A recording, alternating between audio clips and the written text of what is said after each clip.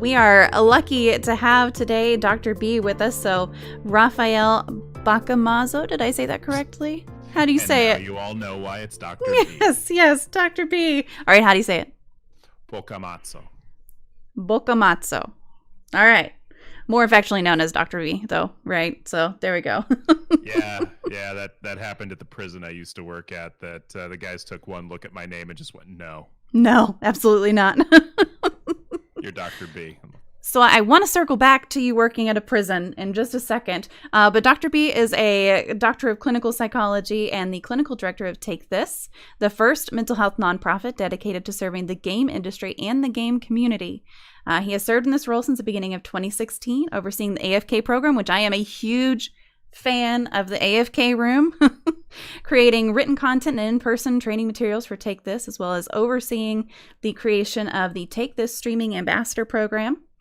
Outside his work with Take This, Dr. B is an expert on the applied use of tabletop role-playing games. He is a frequent public speaker on the topic and co-created a pantheoretical clinician-focused training on the topic.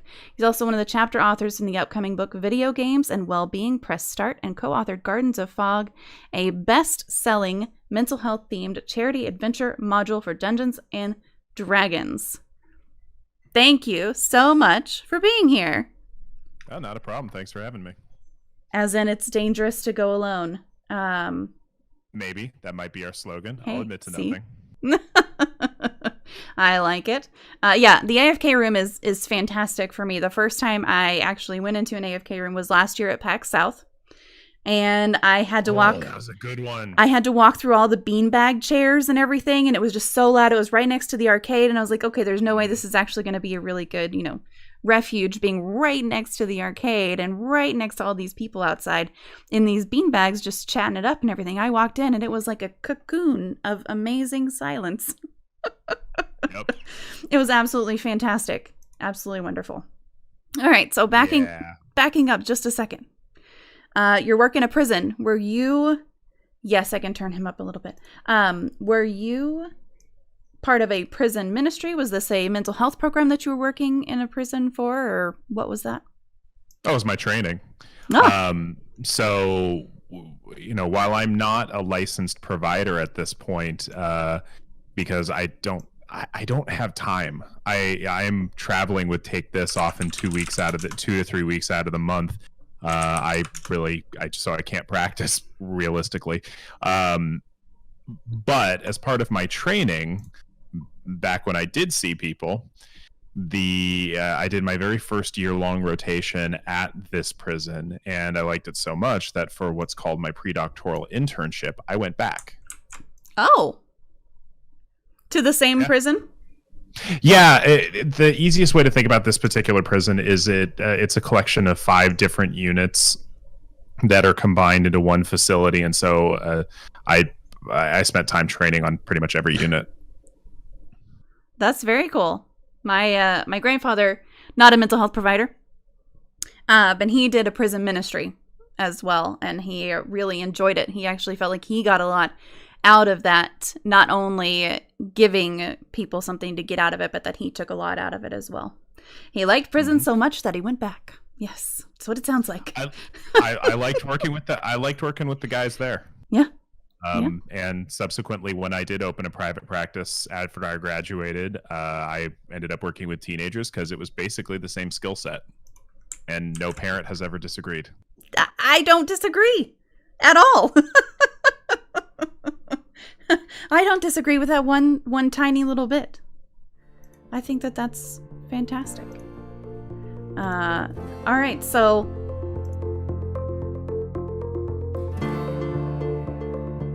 before the prison, you went into this field for a reason. So could you tell us kind of just why you do what you do? Well, let's see. There's the short version. There's a long version. The short version is the sappier version, and it is, I just want to leave the world a little better than I found it. There's a lot of things that a person can do with their time and with their life, and there's enough suffering and struggle that I want to make the mark. I want to make a mark where I can. And so this was the most logical place for me to do it. At least for me, I always like talking to people. People seem to enjoy talking to me, and so I decided mental health was where it was at, and there I be. Now, the longer version has to do with the rather extensive history of mental health challenges in my family. I mean, most families have some. I feel like. Given the diagnosis estimates of 1 and 2 in the United States in a given lifetime, or any person's lifetime, basically everybody's affected, but some more than others. And my family, oh boy, it's always fun when I do my own therapy. It's always fun to go into the intake and they ask, any history of X, Y, and Z in your family, and I just say yes. Yes. Yes. Which one? Yes. Yes. So I watched my various family members struggle with various diagnoses. My dad is very open about his PTSD. He's kind of the PTSD poster child in a lot of ways. I have numerous relatives who struggle with bipolar disorder. Before my autism diagnosis, I dealt with chronic depression, and so watching the people in my life struggle, I wanted to make a difference there. So did the diagnosis of autism, did that impact your depression because then you could address the underlying issue of your depression, or was there's another tie to that? Well, I mean, my depression was linked to why I felt different and weird. And, once I found out I actually have autism, it all made sense, and I could start accepting myself as I am, as opposed to struggling against it. Yep. I feel like that's a lot of people who go into this, later in life diagnosis. I would imagine that there's quite a struggle that until they get the correct diagnosis, it's like, I don't know what's wrong with me. I'm just, Yeah, I mean, there's a lot of people who will poo-poo the medical model of mental health, and my perspective is it has its uses. And it has its limits. It definitely has its limitations. But the idea that a diagnosis is always a bad thing, I don't subscribe to that. I like I've seen it firsthand. I felt it firsthand, both professionally and personally, that a label in some respects actually normalizes people's experience to the point that they're, oh my god, this isn't just me. There are other people struggling with this, to the point that there's a label for it. Oh my god. And it can be helpful in that respect.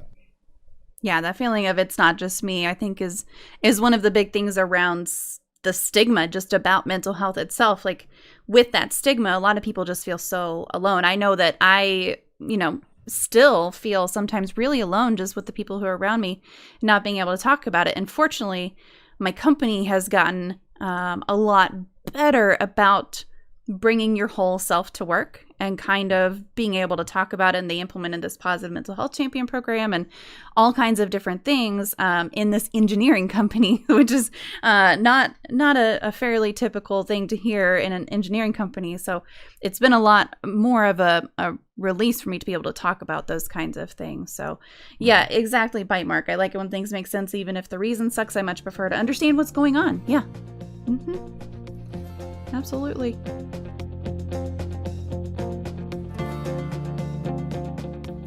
So do you have a favorite fiction book and a favorite movie? No, not a favorite. Not a favorite. I enjoy stories way too much to have a favorite. Do you have a favorite genre? The fictional kind. No, I really don't. I'm exceedingly picky with, especially books. The fiction that I read. In fact, as I think about it, I haven't read a fiction book in, I don't even know how long. Years. It has been years since I have read a book of fiction. But movies. Oh, I love movies. Oh, do I ever love movies? I mean, I can give you a list of some movies where where I mean, there's a couple of movies that I can watch over and over and over and over again and never get sick of them. But I have no one favorite. Yeah. Yeah, I mean, I feel like a lot of people are probably like that, where they have movies that they can watch over and over, but it would be hard to pick a favorite out of the ones that they can watch over and over. Hard to pick a favorite of those. Mm-hmm. So what are some of the ones that you watch over and over with no problem?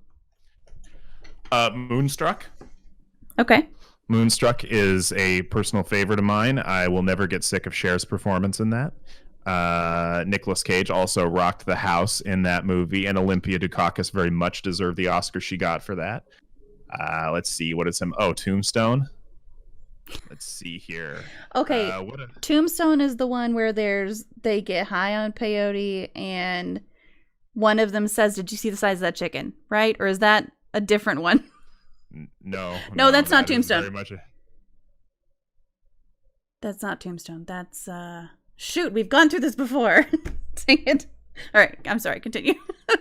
No, Tombstone was probably Val Kilmer's greatest, one of his greatest performances. I also love Kiss Kiss Bang Bang. He did just a wonderful job playing Gay Perry in that one. Shane Black scripts just rock my socks. Let's see, other movies I never get sick of. Thank you, Bite Mark. Young Guns. That's the one I was thinking. Oh, yeah, decidedly Guns, yeah. Not Tombstone. Frat Pack, yeah, or at least some of the Frat Pack. Emilio Estevez, at the very least. Mm-hmm. Yep. God, no. What are some of the other ones I never get sick of? Muppet Christmas Carol comes to mind. It's timely this time of year. It is. Yeah, there are a lot of Christmas movies on right now that a lot of people really love, and for me, I can watch these once a year. Oh, I turned them into Mystery Science Theater. Oh, I like that. That's good. Have you seen The Labyrinth? That's a valid question. Have I seen the 1986 Jim Henson collaboration with David Bowie and a very young Jennifer Connelly, with puppetry by Frank Oz, Industrial Light and Magic, and all that? No, not at all. Never heard of it. Never heard of it. That is one of my all-time favorite movies. It's a good choice. Choice. Freaked me out as a kid, but good choice. So I used to watch it multiple times a day for several years, according to my mother. Not even an exaggeration, multiple times a day. Yes, thousands of times, for sure. Have just watched and watched and watched. And I don't know why it didn't freak me out as a kid. I have no idea, but it didn't. I loved it. I think it's mostly David Bowie's pants that freaked me out as a kid. His fashion taste was wild. See, and I didn't. As an adult, I respect it, but as a kid, I'm like, what am I watching? Yeah, I wasn't. I wasn't at a point in my life yet where I could necessarily judge other people's fashion. So, most definitely, but I can see that for sure. Take This focuses on destigmatizing mental health, and specifically for the game enthusiast. To be specific, we're very pro mental health. Yes, mental illness. Good point. Everyone has mental health, right? We hope so. Yes. Yeah. That's our goal anyway. That is the goal. So specifically in the gaming industry. So are there specific stigmatized elements that you see within the gaming industry versus what's more common to see outside of gaming?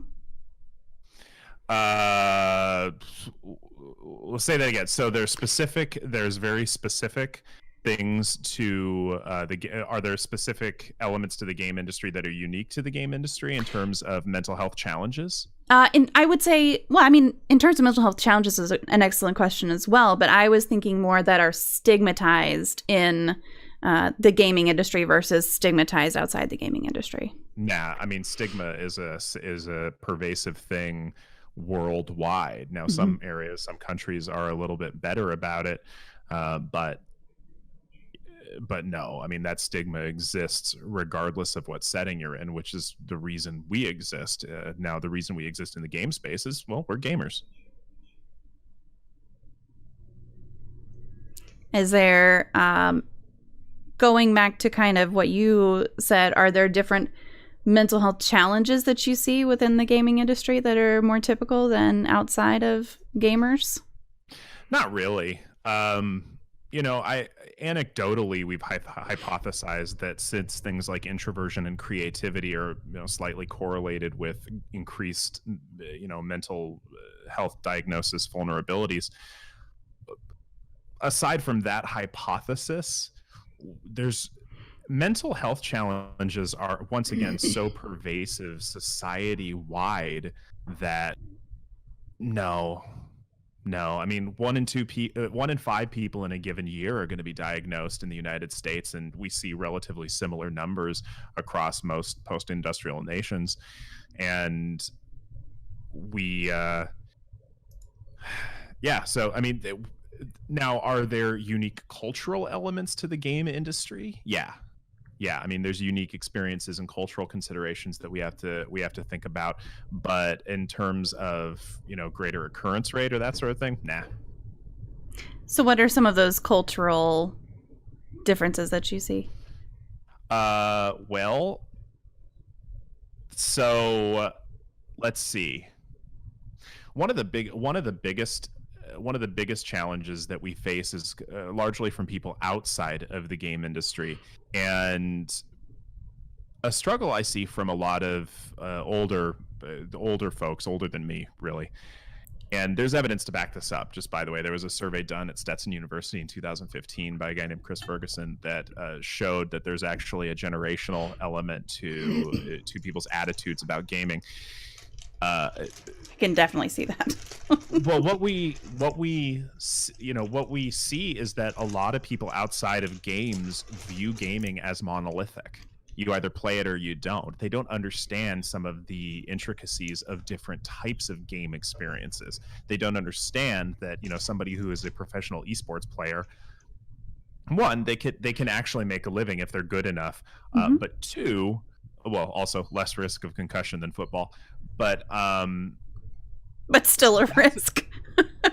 They're usually in the booths. So, no, I was joking. An errant controller. I mean, that may be at home, but no. Right. That was the main thing: is somebody's gonna throw a controller at their head. But that's a very different gaming experience than someone who enjoys single player sandbox games like Minecraft in creative mode. And so what we see is that a lot of mental health professionals and teachers and healthcare providers and policymakers don't necessarily understand those differences. They just don't. And those are some of the cultural considerations we want to take into account. The other is unique experiences on various websites, Twitter's a thing unto itself. And so those are some of the but also things like full-time streamers. If I talk to people outside of the game industry and I tell them that I've got friends who are full-time streamers, my girlfriend is a full-time content creator. And if I tell people about these things, they just who are outside of these spheres, they just look at me like drool's coming out. And I'm like, okay, let's start from the basics. And so there are unique stressors that go along with those professions, let alone those hobbies, that a lot of professionals just aren't prepared to address. Yeah, that's a very good point, and I definitely hear you on the generational gap. It's hard to explain to someone who didn't grow up with this, even in the periphery, that gaming is something that really brings a lot to people's lives, and that it does make a difference for a lot of people, and that they enjoy it, just as much as somebody else might enjoy, knitting. I don't. Yep. I can't knit. But it's not a simple matter of enjoyment. It's a matter of different experiences. Like for me, I don't generally play multiplayer games. One of the reasons for that is I'm busy. And I don't want to dedicate the kind of time and attention is needed to become good enough to hang with decent people. And I also don't want to be beholden to their playing schedule, especially given how much I travel. I mean, in 2018, I did 36 talks around the country with Take This. And wow. I I don't have time to have a set schedule with multiplayer games. I play single player games that I can play at my own pace on my own time. I loves me some Stardew Valley, and I was just playing it earlier, and I can pick that up. I can put that down. So it's not just a question of, you know, the playing the games. It's a question of what are you experiencing as you're playing the games. And that's very different across platforms, across games, across genres, across consoles. I mean, it's just, so these are things we want to think about. Yeah, absolutely. I will never forget the first time that I told my grandmother that I had started streaming on Twitch. She couldn't wrap her head around it until my mom stepped in and said, because she was asking, you know, why would anyone want to watch you play a game? Because at the time I wasn't doing anything related to mental health. I was just doing, you know, gaming. I was already gaming. Might as well stream it and, you know, talk to some new people than the people that I'm already talking to. And at that point, my mom stepped in. This was at Christmas or Thanksgiving or something like that, and said, well, people watch people play football all the time. And it's kind of like if there's a market for it, if there are people who want to watch it, if there are people who want to put that out there for other people, it's hard for some people to understand what that looks like and what people are getting from that. So, so you said you gave 36 talks across the U.S. last year? Yeah. So last year was no international stuff. No international stuff. Does Take This do international stuff also? Periodically, yeah. Originally, we actually brought the AFK Room to PAX Australia in 2015 and ran it in 2016 as well. Earlier this year, we were part of putting on the first mental health summit for this in Toronto. It's called the International Game Summit on Mental Health. We just call it TIGS, and yeah, so we do international work as well. We're exploring different ways of collaborating with folks in Europe, and yeah, I mean, wherever mental health care is needed, there we be. So everywhere, you're everywhere. Yeah, pretty much. I mean, that's not creepy at all. I mean, it's kind of the mission. It's the mission. That's why I have a shield. I go where I'm needed. That's fantastic.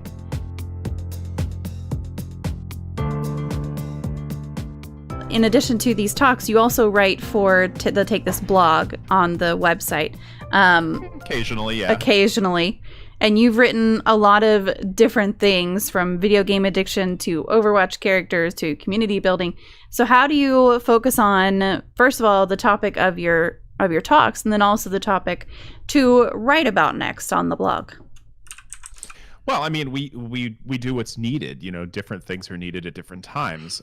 We've actually written, you bring up the subject of video game addiction, and we've written about that on multiple occasions because it keeps coming up. One, because it's a wildly misunderstood concept within the popular media, but two, the popular media keeps bringing the bloody thing up, and so every time we have a new wave of people wanting to sensationalize what is inconclusive science, we have to write about it again. So, I mean, it really depends what do the people need, and that's what largely dictates what we write about. I think that's fantastic. Yeah, the video game addiction piece. I mean, it kills me that there's the science and then there's just what people will throw out there. You know, just exactly. Yeah, it's easier to blame video games than talk about complex problems with complex solutions. Like, no, it's just video game violence. Like, no. Which there's no link. No. Well, what kills me is that, oh, it's video game violence. It's video game violence, but only in the U.S., not anywhere else. Well, I mean, that's part of it. But there's so many flaws with violence and media research that it's tough to really extrapolate long-term behavioral patterns from some of the studies that are done. I mean, the joke I like to make is that when it comes to media research and violence, we can't hand kids a knife and see if they stab each other, because that's unethical. And I would never, to anybody who is questioning whether I would actually advocate for that, the answer is no. Because it's unethical on so many levels. But because of that, we have to come up with analogs. And one of the ones that Dr. Cowart, our research director, and I talk about with some frequency is called the hot sauce paradigm. And what the researchers who use it say is that after somebody engages in violent interactive media or watches violent media, they somehow believe that if you add more hot sauce to give to an experimental, somebody else in the experiment, that somehow means you're going to have a more aggressive behavior pattern long term. And I'm like, no. Because, I mean, first of all, if it's my best friend on the other side that I'm sauce to, I don't care what I just watched, he's getting a lot of it. For two reasons. One, he loves spicy food. So do I. Two, it's going to be funny. I like it. So the AFK Room is a really amazing concept, and I've already mentioned that I'm a huge fan, and that it's just incredible to walk into a room in this busy convention, and all of a sudden you're in a space where someone walks up to you and says, do you need anything? Are you doing all right? Is there anything we can do to help? And then you can just sit down and either do nothing or, do something slightly productive. Or last time I was in there was somebody just chilling, taking a nap.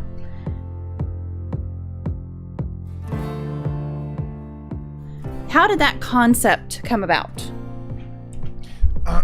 Well, so I'll preface this with I wasn't there for this. Now, I volunteered in the very first AFK room in Seattle. There was one other AFK room before that in April 2014 at PAX East, but then at PAX West 2014, they brought it there, and that's where I first encountered Take This. Now, my understanding from the folks who were in the organization before me is that there was just a need. I mean, there was this... People were overstimulated, and incidentally, that's about 90% of what people use our room for. So I started tracking the data in the beginning of 2016. 90% of the people come in just overstimulated, needing a break, especially at exhibitor-driven conventions like PAX. I love PAX. I have a great time every time I go to a PAX event, and I've been to all of them at least once. But they can be overwhelming, as can other shows like E3. Where else are we with the AFK room? MomoCon. I love MomoCon as well in Georgia. But they can be overstimulating. And when they came up with this idea of just having a quiet room, it was like this epiphany moment that, oh my God, why didn't nobody think about this before? But they took it one further, because our mission is mental health, proliferation. We want mental wellness to be out there.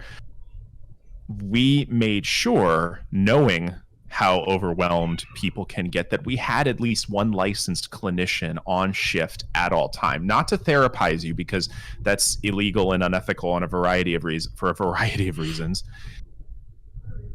but to be able to listen empathically and offer support that doesn't cross into that realm of therapy. In fact, we have a unified training program for all of our AFK volunteers that emphasizes that. We don't offer therapy. There's a lot of things we actually can't do in the AFK room. But once they did it the first time at PAX East and PAX West in 2014, it was just an absolute immediate smash hit. It literally saved lives. We did not expect that. I was actually there for one of those, and for anybody who's watching this who's sensitive, I'm going to get into. I often get into very difficult topics, and so consider all the warnings of content happening right now. There were people who came in actively suicidal. And we couldn't obviously give them direct help, but they trusted us enough to say, get me help. Wow. And we were able to do that, and it was just an absolutely wonderful thing. And they came back and talked to us later, and it was so it was an immediate smash hit, and we brought it back 2015, 2016, and it's just been going ever since. I actually have now at this point lost track of how many we have run in the now 4 years next week that I have been clinical director of Take This. 4 years next week. Well, congratulations on your work anniversary. But also that's an amazing thing to be able to say that this AFK room, something as simple as a quiet room, can literally save someone's life. It's more than incredible. A quiet room. It's much more than a quiet room. In fact, what people don't necessarily understand is that it takes upwards of 6 months to a year to plan each room. The amount of work that goes into making it look like nothing is going on is staggering. And so is the cost, incidentally. It's our most expensive program by a long shot. It costs roughly $10,000 a room. Wow. Each convention. It's part of the reason, like, give us money, please. It's a very expensive but very well received program. And again, since I've been tracking the data, we at the beginning of 2016, just since 2016, we've helped over 11,000 people in those rooms. Wow. So we want to have that. But the reason it's more than just a quiet room, we have heard of quiet rooms, unstaffed or untrained quiet rooms at various conventions. And, at best case scenario, nothing happens in there. But we've heard some absolutely horror stories coming from these quiet rooms. They're well-intentioned, every single one of them. But what has happened at some of them is, we've heard things like somebody decided, oh my God, there's so many people dealing with so many things, I'm going to start a drum circle, or something like that to help people. That they decided to take on the role of the therapist for themselves. One, not asking people's permission, but two, it's one thing to ask. This is something a lot of people don't necessarily realize about the therapeutic process, and this is in many respects the hardest part. It's one thing to ask people about some of their emotional struggles.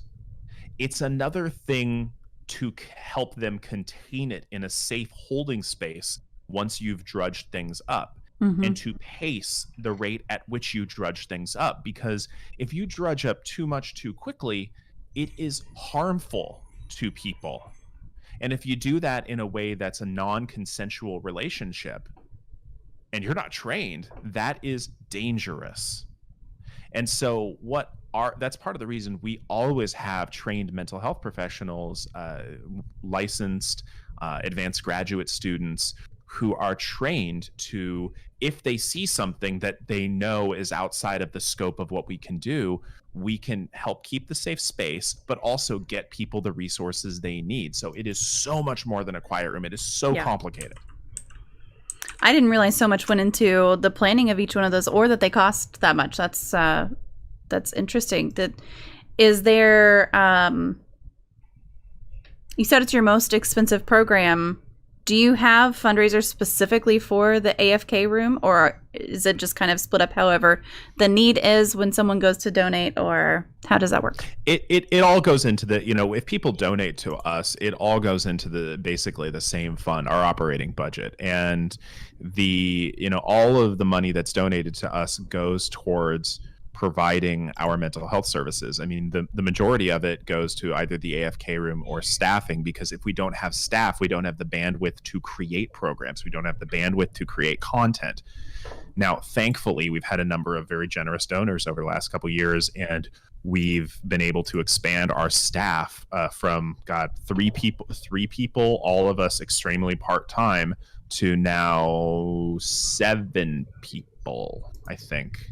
I have to go back and count, but I've now got 3 program managers who report to me. Our AFK program manager, who's a fantastic clinician on the East Coast, our content manager, as well as our ambassador, our streaming ambassador program manager.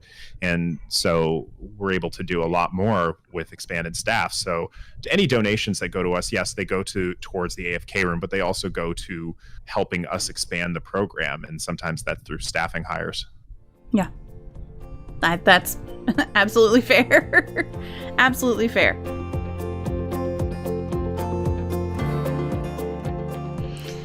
So switching gears a little bit to talk about tabletop RPGs. When did you first start gaming, and what was your first tabletop RPG? Oh, God. So when did I first start doing tabletop role-playing games? High school. Yeah. And my very first one was the West End Games version of Star Wars. I remember that so fondly, having whole bricks of D6s that I could roll and spend a force point to double it. So I had like 2 bricks of D6s. And, yeah, no, that was tremendous. That was 25 years ago. Yeah. Almost. Gee, ooh, wow. All right, kids. What's I feel like I need to bring out the Steve Buscemi that gif. Hello, fellow young children. Hello, fellow children. Yes. So, is that still a fond memory for you? Do you look back and wish that you had played a different one to start off? No, I mean, I always question people who are like, if only things could have been different, because of, even the worst things in my life have made me who I am now. So no, I don't want to change what it was. And besides, I had a lot of fun doing that with my friends. It opened up a whole world the whole world for me. Yeah.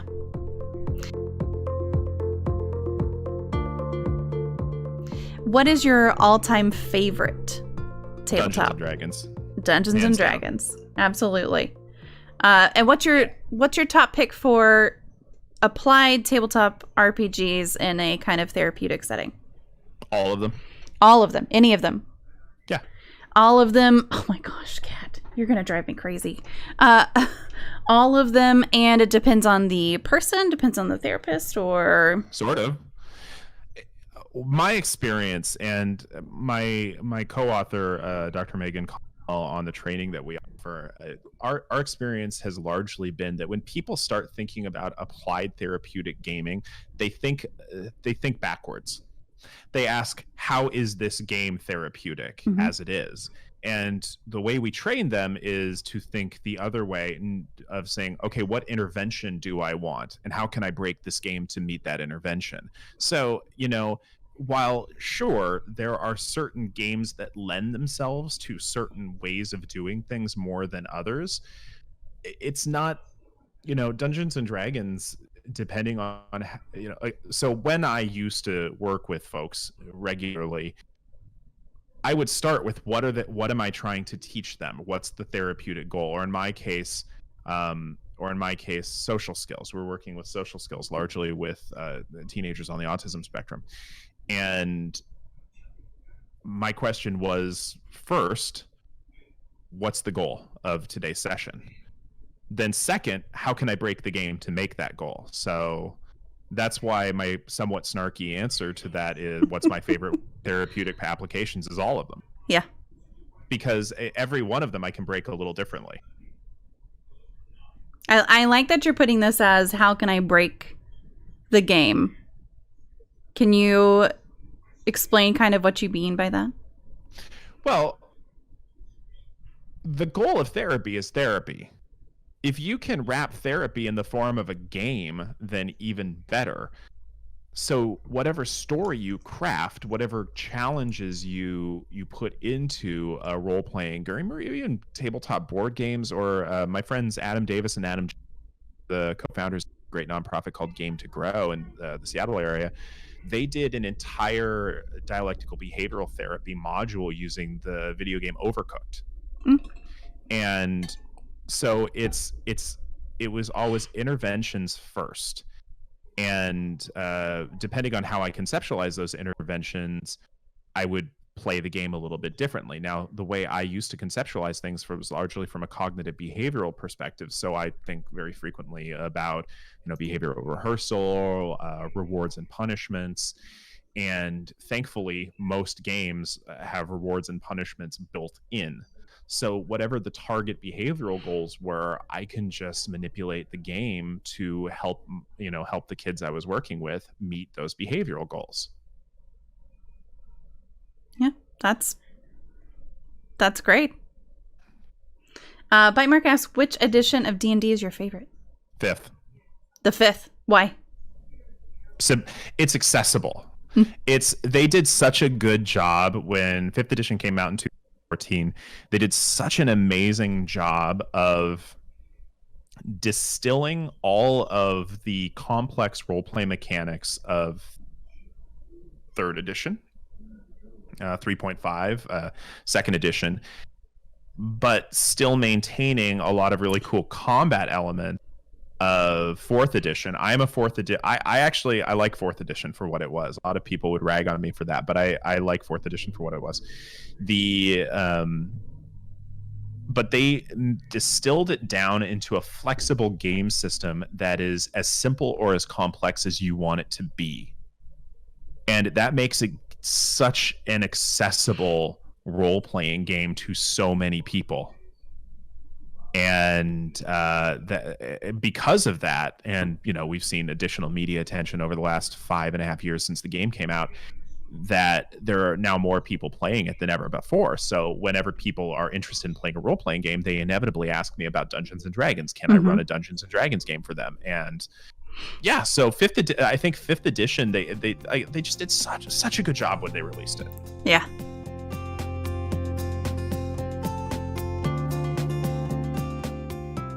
You mentioned in your bio a little bit of a mouthful of your pantheoretical clinician-focused training on applied tabletop RPGs. Can you give us that's why it's a mouthful. It's a clinician.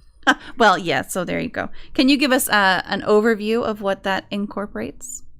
Well, I did a little bit already, actually. It's the idea that not teaching just one way to apply role-playing games, and it's more about how to think about how to apply role-playing games. And so for a lot of the clinicians that have come to our trainings, they've never experienced role-playing games. So we go a little bit into what a role-playing game is, but we start with the psychology-based interventions, and we essentially set up a model of 3-part competencies for applying role-playing games, and you have to have mastery of all 3 of these things in order to do it. The first part is the game system itself. Mm-hmm. Actually, let me start. The first and most important in my mind is a mastery of the conceptualization and applications of psychological and or learning theories, because teachers can do this as well. Oh, okay. And if you have the mastery of those theories, then you can you're flexible enough to conceptualize how you need to conceptualize. The second part is a mastery of whatever game system that you're applying. And I don't care whether it's Dungeons and Dragons, I don't care whether it's GURPS, I don't care if it's the recent Star Wars games, I don't care what the game is. You have to have enough mastery of it to be flexible and make it what you want it to be. But the third, and this is something that a lot of folks struggle with, is this idea, this very transgressive idea that as an adult, you're just there to play. Now, yes, there is an underlying motivation that you're learning something, but in order to lead these games, you as an adult have to give up any very mature notions that one cannot play. You have to be willing to model silliness. You have to be willing to model childish abandon to having fun in order to make this all happen. So the basis of what we teach is largely based on those 3 ideas. Now, I don't know how technical you want me to get, because I can also go frame theory that we borrow from sociologists in the first academic study that was done on role-playing games in 1983. But I mean, I how technical you want me to get here? Oh wait, hang on. 1983. That was the first. Okay, I have to look up the study later. 1983. Well, it's not a study. It's a book. Oh, all right. What's the book? It's called Shared Fantasy by Gary Allen Fine. It's a sociological, it's an ethnographic study. That was a 1.5 year long immersion in what he called fantasy role playing. And the book's a little dated, especially in terms of its gender roles, but it was the very first academic work on fantasy role playing games, and it's still kind of a benchmark. I like it. I'm definitely going to check that one out for sure.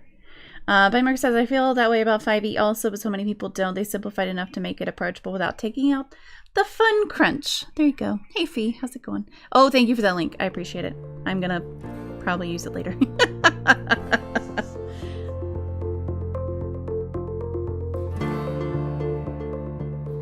So you also mentioned that you are going to be, or you have been developing this support class podcast.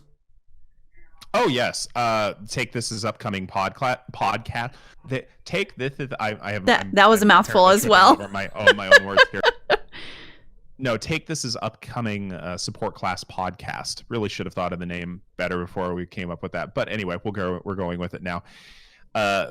We've recorded a couple of episodes just as testers, and right now we're working with our editor on some audio and setup issues because we have to get creative because we're not rich.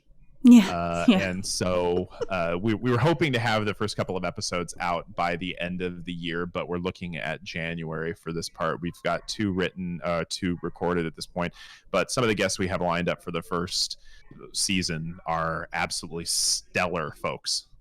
And what is the podcast going to be focusing on?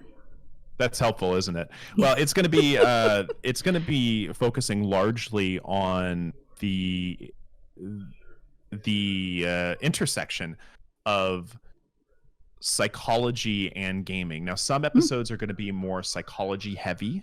Mm-hmm. Some are going to be more game industry heavy. Some of them are going to be an intersection of both. Like, for example, in the second episode we're planning on releasing, we asked our executive director at Take This, Eve Crevichet, to be a guest and talk about re-examining the medical model of disability and looking at things from more of a social model of disability, and frankly how she does it. She is so good at working with people with different quirks, different challenges, different medical or mental health needs, and she's so good at utilizing their strengths in a welcoming, non-stigmatizing way that we wanted to have a conversation with her about how to make that more of a standard practice across the game industry, because it's too easy to look at people and think what they can't do.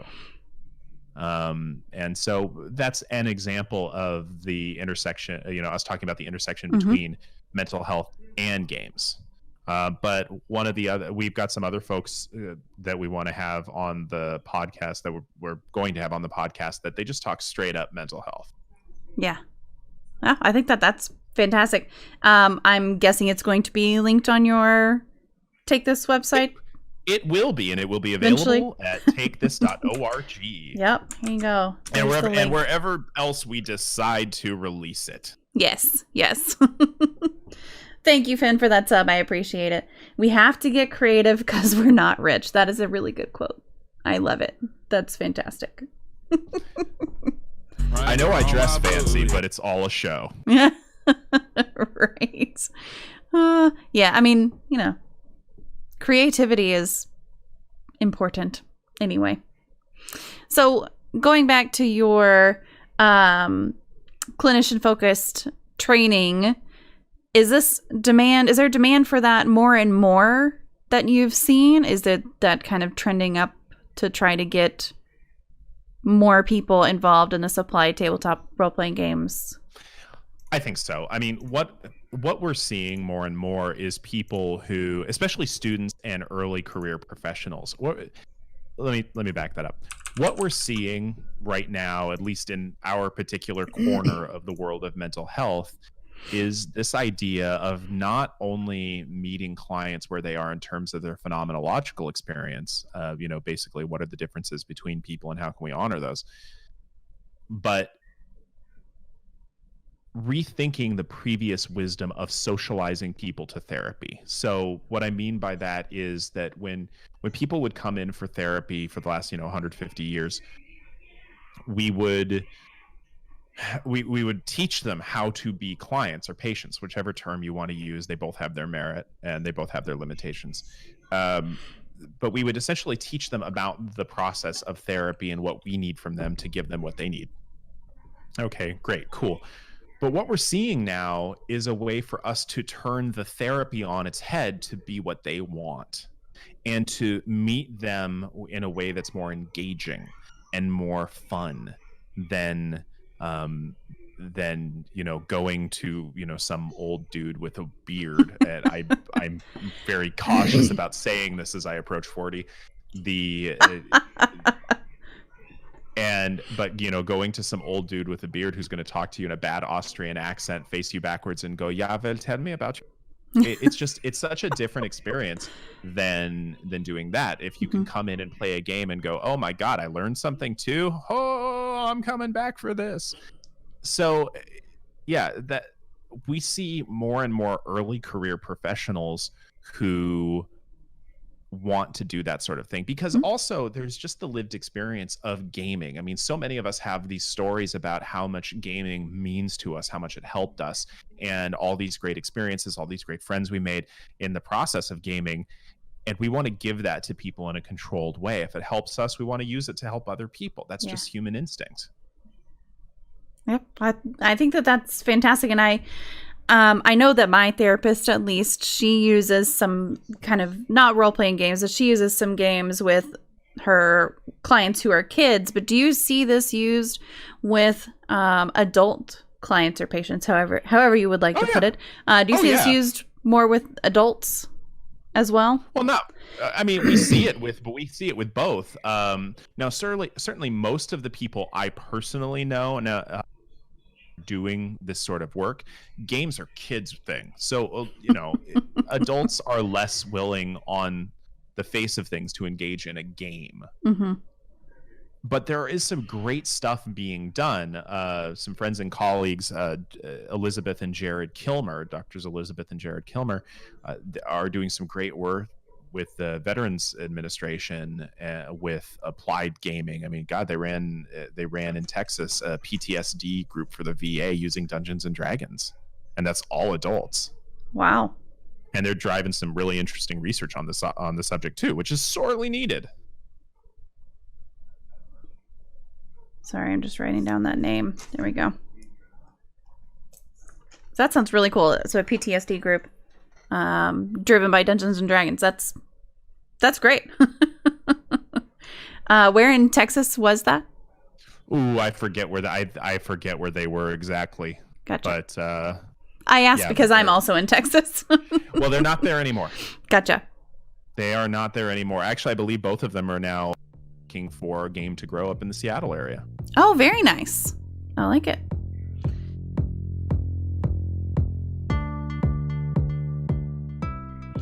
So in a therapeutic setting, what's the most common thing clients get out of playing a tabletop RPG? Whatever they need. Whatever they need. Yeah, I mean, we're shaping these all towards their therapeutic goals. Yeah. I think have you ever seen an instance where a tabletop role-playing game, you feel like a client wouldn't get anything out of it? No. I mean, I have to ask if their interest is there, because if they don't want to do it, I'm not going to use it. Yeah, that's fair. But I've used role play in the past. Again, when I saw clients, I used role playing game interventions in both a multiplayer and a single player format, and they worked with those folks, I think, pretty darn well. Yeah. Do you ever get the chance to just play D&D outside of a therapeutic setting? Oh God, yes. Yeah, I run one group of nearly all actors in the Seattle area. I'm also a cast member on a streamed game called Clinical Role, Yep. where we're all mental health types. But yeah, I well, I don't just play D&D though. I have a good friend in the Seattle area who's a fantastic game designer who does some really cool indie role playing games called the XPG system, and he runs. He has a couple games, but my favorite that he's created is called Airship Daedalus, and it's Deco Punk. Basically, you can be like Captain Falcon in the sky with your dirigible fighting occult Nazis, and it's basically it's pulp adventure, and it is my favorite by of his games by quite a wide margin. And I love it when he runs those games because he's such a fan of pulp. It's just so cool to play the heroic sky captain of yesteryear playing towards tomorrow. You can blast off towards the stars in your new Venus V8 rocket. Making this up as I go. But so it's not. I am definitely still a role-playing game player, though it's just not all D&D because there's so many other good games out there. I love Kobold's Ate Your Baby. God, that one's fun. What was that one? Cobalt? Kobold's Ate Your Baby. Okay, all right. That one's so much fun. Fiasco's a kick as well. If you try DM-less games, you're basically creating a Coen Brothers movie where everything that can go wrong will. I like it. It's a trip. I love it. Then of course there's a lot of really cool indie games. Mentioned my friend's games, Airship Daedalus, Santa Soldiers, and Aeroflight again because those are tremendously fun.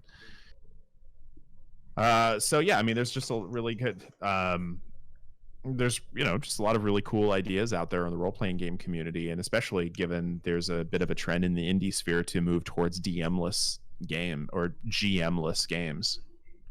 And you said Aeroflight. Who is that by? Oh my God, I can't remember his company's name. Oh no, God. I'm sorry. No, I know this one. Deep 7 Press. Deep 7 Press. Okay. Yeah, Deep number 7 Press. Mm-hmm. He did great. They're also the ones who did the Red Dwarf RPG. Okay, all right. So if you're a Red Dwarf fan, gotcha. So Fee asked, "What are your favorite kinds of campaigns or narratives?" The fun kind. The fun kind. No, honestly, I really don't care about the campaign. Fun. Now, if you were to ask me what kind of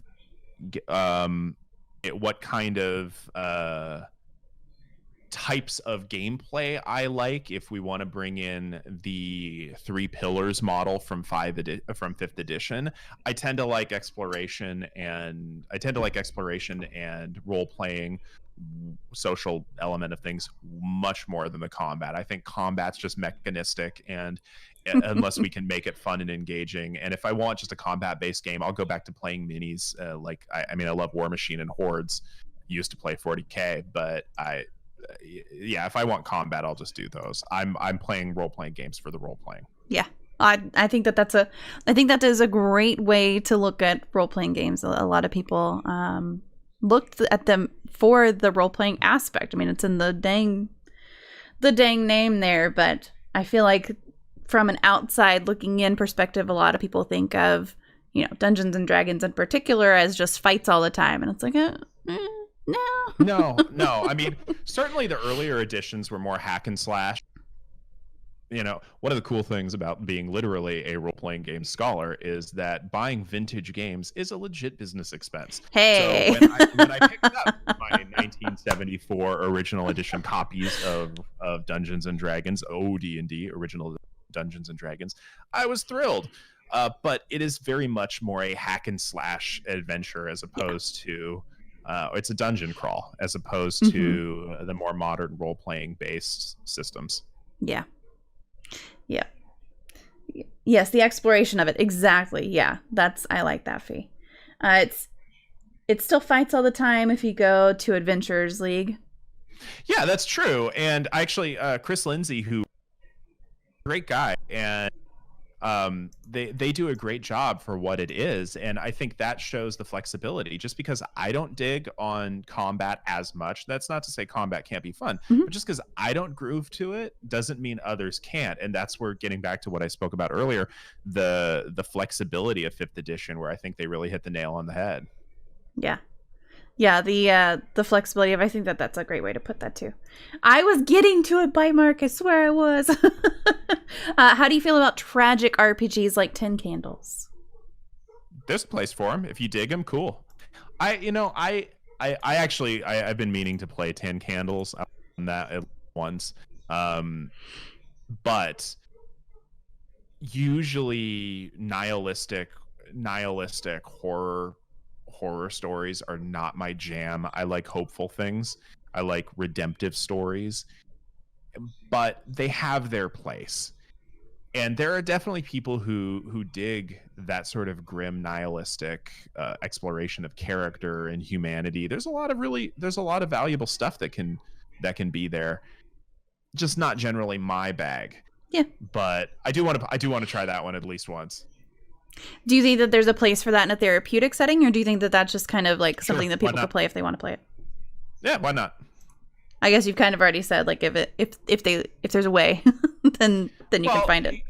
I'm gonna borrow heavily from Dr. Aaron Beck, who is the creator of cognitive behavioral therapy, and one of the things that he points out in some of his trainings, which I was actually very fortunate to be at one of his 3-day intensives about 5-6 years ago, and actually I was trained by one of his students, that it's more about a skeptical empiricist mindset in therapy, and if it works, then do it. And so be flexible with your approach, because every person's a little different, but if it works, go for it. And so if somebody wants to explore in a therapeutic, if I were to be doing therapy again, if someone wants to explore, themes of mortality, existence, and I had a lot of folks who were big on existentialist crises. If they wanted to do that and they wanted to use a game like that to explore it, then, cool, let's do it. Let's talk about it beforehand. Let's set the proper framework for therapy. Let's create a good holding space. Let's have some safety techniques in place. But yeah, let's go for it. Yeah, I think that's great. My philosophy to this stuff is, yeah, sure, why not? Yeah, sure, why not? Hey. And I feel like what you said earlier is pretty good life advice in general. If it works, go for it. I mean, works and is safe, generally speaking. But by Mark said, I like that in those types of games, failure is expected, and then it takes some of the anxiety out of it. I know not everyone feels the same. That's fair. I mean, that's true, by Mark. And at the same time, depending on what the therapy, I want to tweak a bit. Like, for a lot of the kids I used to work with, there was such a tremendous fear for them about failure. And failure is a part of life. I mean, I don't care what philosophical system you're looking at, what spiritual system you're looking at. There's some quip or proverb about failure and forgiveness. And there's a big difference in the mindsets of folks who are going through something and saying, okay, I could fail at this and I can handle it, versus I can't fail at this because I can't handle it. And so yeah, there's a value to both, which is hence my philosophy towards this is, yeah, sure, why not? Yeah. Oh, we talked about that a little bit. We've talked about that a little bit before, just in the general sense of gaming brings the ability to fail repeatedly and still move on. And so if somebody's facing something where they can't, they're too afraid of failure, I could see that maybe helping there. Fee asks, do you feel that there is a place for combat-driven narratives in therapy? I would refer to you of the... I mean, of course there is. It depends on what you're going for. I don't want to think about game first, intervention second. If the goal of the skill building or therapeutic goal or learning objective, if we can use combat to teach that, sure, let's do it. And especially if the group of clients, students, whatever have you, are into it, yeah, why not? Yep. I feel like most of the. Oh, no, go ahead. I think that's going to be, on my tombstone. Yeah, sure. Yeah, sure. Why not? That's. Yeah, let's do it. Do you have a favorite D&D character class? Yeah, monks. Monks. Okay. Why monks? Although bards are a close second. I like monks. Well, I like monks because they are supportive. Especially, they're combat heavy in the beginning, but as you get more into their care and they level up, their support class. And I like the idea of not having to be the meat shield and be the one in the front lines, but I like being the one who can really help people be a success. I mean, I guess it kind of parallels my real life as I think about it. But but also there's a certain fantasy element to it, because I mean, no pun intended, but pun totally intended. Mm-hmm. The monks are dexterous, monks are nimble, monks are live. I did martial arts for many years, and the joke in my family is they didn't make me any more graceful. They just made it more dangerous for whatever I fell on. And they're not wrong. And so the idea of being a big dude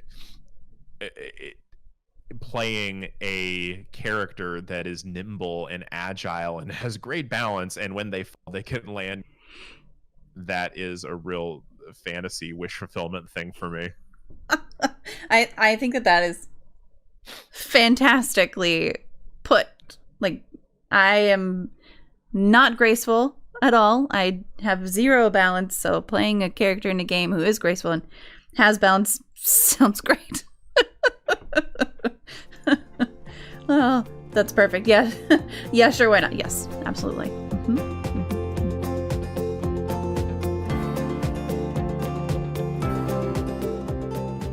So is there an overall well-being strategy you would recommend to anyone with or without an underlying disorder? Yeah, trial and error. Yeah, sure, why not? And yeah, no, well, the reason I say that is because if there was any one strategy that worked for everybody, we'd have probably, I'd like to think we would have found it by now, and I would have no student loans. So the idea that everybody is a little bit different, or in some cases very different, there has to be a willingness to explore and learn. Mm-hmm. So what works for me is not going to work for somebody else. And what works for somebody else won't work for my best friend. So there has to be a willingness to explore these things, fail, and learn from it in the process. And there's a couple of components to that. I mean, it's a flippant, short answer with a lot of depth to it. Because if you think about it, there has to be enough trust and confidence in your ability to be resilient in order to try new things, because you're going to fail along, and you're going to learn from those things along the way. Yeah. And there has to be enough willingness to not be complacent, and because something may stop working or not work quite as well. I mean, we have so many changes throughout our lives that what works as a teenager isn't going to necessarily work in my 30s. So yeah, I guess the underlying core of that is just there has to be safety. There has to be at least some sense of resilience. And of course, if you lack that, go to a therapist. They're good at helping with that sort of thing. But yeah, just the willingness to try to fail, to learn, and figure out what works for you is possibly the greatest wellness philosophy I could think of. Yeah. Bite Mark asks, is there a way people can help with Take This or similar programs if they don't have any certifications or money to spare? Money, even $1 helps. Okay, I'm going to throw that out there. Even $1 helps. All right. Money is for pretty much actually any nonprofit. Money is the best thing you can do. Yeah. Because we know what we need to spend it on. We know how to do so fairly efficiently, I like to think. But every little bit helps. You know, if all of the streamers that we've encountered, if all of their audiences, all of their communities each gave $1 a person, we would be a lot better off than we are. Mm-hmm. And so every little bit helps. Now, that being said, if you happen to be in a city where we are bringing an AFK room, make sure to follow us both on Facebook at TakeThisOrg and on Twitter at TakeThisOrg. There's a theme.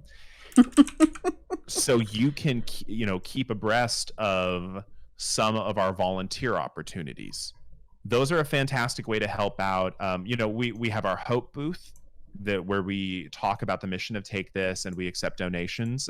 We do those, and that's a fun opportunity. I actually like dropping in on the Hope booth from time to time, and, you know, being a barker for Take This.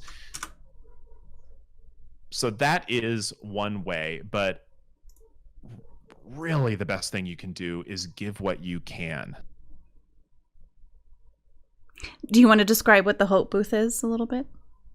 Oh yeah, no, it's where we give out hope in small doses. They come in little packets. It's a really it's hope has been a running theme of ours since day one, because we truly believe that without hope nothing else happens.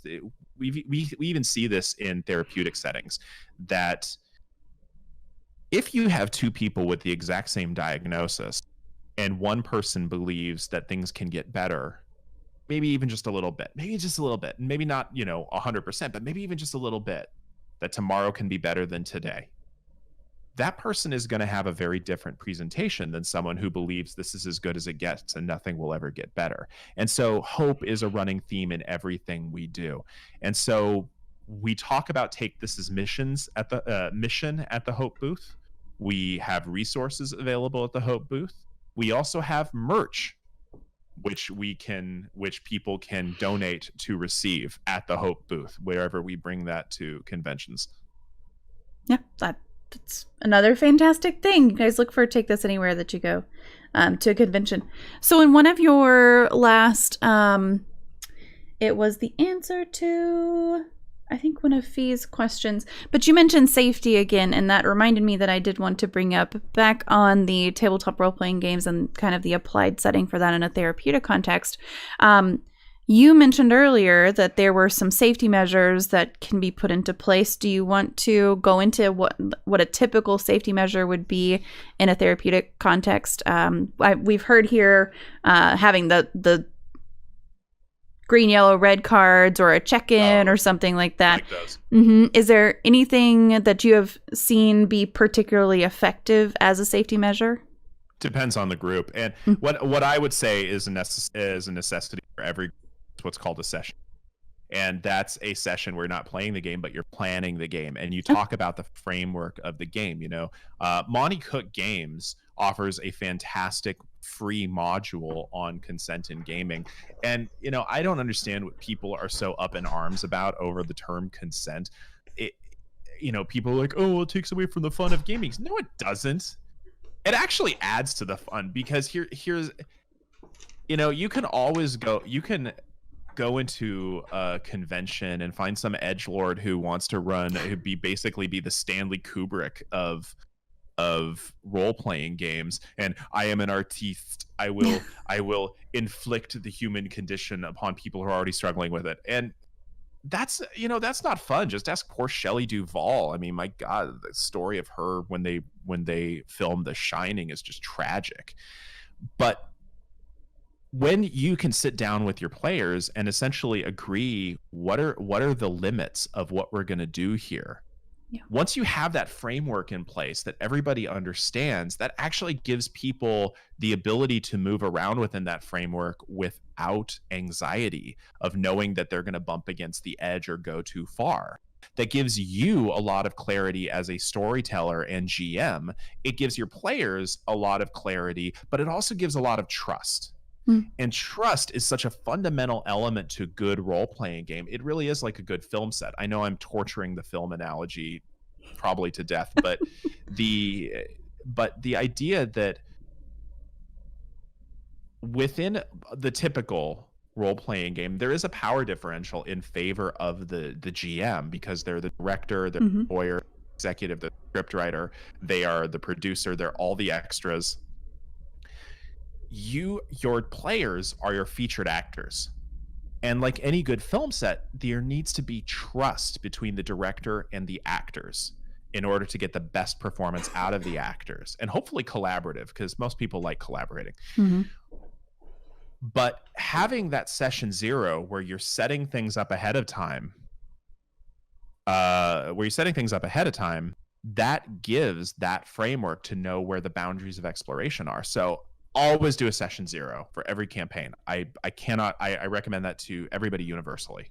Yeah, that's fantastic, because I feel like in or out of a therapeutic context, a session zero sounds like a really, really good idea. Yeah. To make sure you're just all on the same page. You're about to embark on this hours-long campaign where you're meeting probably over multiple days, and why not all be on the same page? Yeah. Absolutely. How do you feel about the FCC approving the 988 number for the National Suicide Prevention Lifeline? Okay, I don't have enough information yet to have a really informed opinion. So I have my cursory look at the legislation of it there are some folks who are bringing up some concerns in terms of cost and the ability to implement that. On the surface level, I think it's fantastic. I think the idea of having an easy to remember line for something like that is absolutely a brilliant idea. Other countries actually already do it. I know Australia does. Now, in terms of what the implementation looks like, that I need to look into. But on its face, it's a fantastic idea in terms of accessibility for people who need help. Because I can't remember the National Suicide Prevention Line. Right. I can't remember their phone number. Now, what I can remember is the crisis text line, which is just 741-741. That's easy enough to remember, and you can always text AFK, because we have partnership with them, to 741-741 if you need help in a crisis. But yeah, I think the National Suicide Prevention Lifeline, it needs to be easier to access in some way. It's just a question of how. Oh, I absolutely agree with that. And I think I know Australia has the 3-digit, and then also I think the UK has one as well. I think that they have a 3-digit number to call. The NHS in the UK is doing a bang up job on it. Yeah, absolutely. I really feel like it would have been cool to get a session zero for life. Get on the same page, just in general, for life. You know, if I could met my maker and been like, yo, let's talk about what's going to happen here. I want no student debt. Please. Can I roll again for starting wealth? That'd be cool. But yeah, no, it would be interesting. Yes. Sophie asks, how do you handle player death in a narrative in a therapeutic therapy session? Oh nope, I'm done. That's all. I can't talk anymore. How do you handle player death in a narrative? Yes. It depends. I mean, there's no one answer to that, because once again, any applied gaming isn't gaming first, it's therapy first. And there have certainly been actually, no, I take that back. That has happened one time. I remember one player who actually wanted their character to go out in a blaze of glory, and they wanted to make the sacrifice for their team, and that was a really meaningful thing to that player. And we talked about it with the player and the other players after it happened. But that was a one-time thing. That never happened. That never really happened again. I don't know. It really, I would talk to people. I mean, one of the things that Dr. Megan Connell, my co-author on our therapeutic training for clinicians and teachers, says frequently is that 90% of the problems at the table can be solved by just talking to your players or talking to your DM. Yeah. Yeah. Yeah, communication breaks down a lot of things and builds up a lot of things too. So with this training being written for teachers as well, I do kind of want to go back to that. Also, do you feel like that there is an open place in the typical school day in the U.S. in particular for something like a tabletop role-playing game session? That I don't know. That's largely outside of my purview. Yeah. But I know a number of schools have been implementing more and more Dungeons and Dragons or role-playing game clubs. I know Ethan Schoonover in the Seattle area, also just known as Mr. E, did a fantastic job at his all-girls middle school, and it went from, oh my God, is this going to even survive, to the number one most popular club at the school. That's so cool. That's really cool. I know that my kids at their schools have things like a Harry Potter club. They have the typical chess club, math club, blah, blah, blah, blah, all the normal after school club type things. But then they have been introducing more and more things that are a little bit more based on the kids' interest versus what people feel like they should be interested in.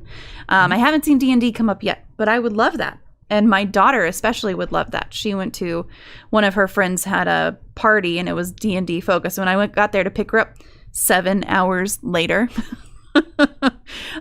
the kid's mother had just hit them all with a fireball and they were trying to figure out how to survive that. But yeah. But it was fantastic and she really enjoyed it. And if she had a dedicated group at her school to play with, I think that would be amazing. Just incredible. Kiddos last school had a games club that covered chess, D&D, other board games, etc. She was interested. She wasn't interested, but I was so jealous. I love it. I love it. That's great.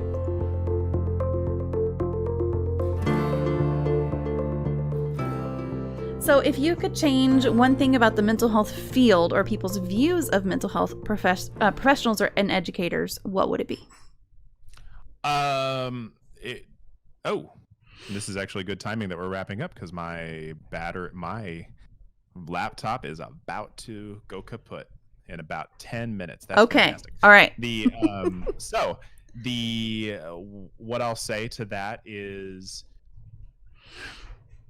I wish people were more educated about the process of therapy. Largely what we have is media representations, which are often horrible. They're just not realistic. And I wish therapists would be more active in changing the image that we have had in the mental health professional, because I'm not technically a therapist anymore, that the mental health profession has had in the media.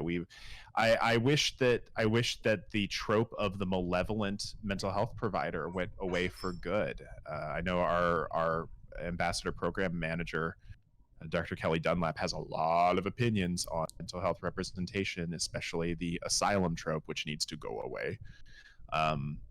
But I wish people's view of mental health, the mental health profession, was largely more positive than it is. Therapy.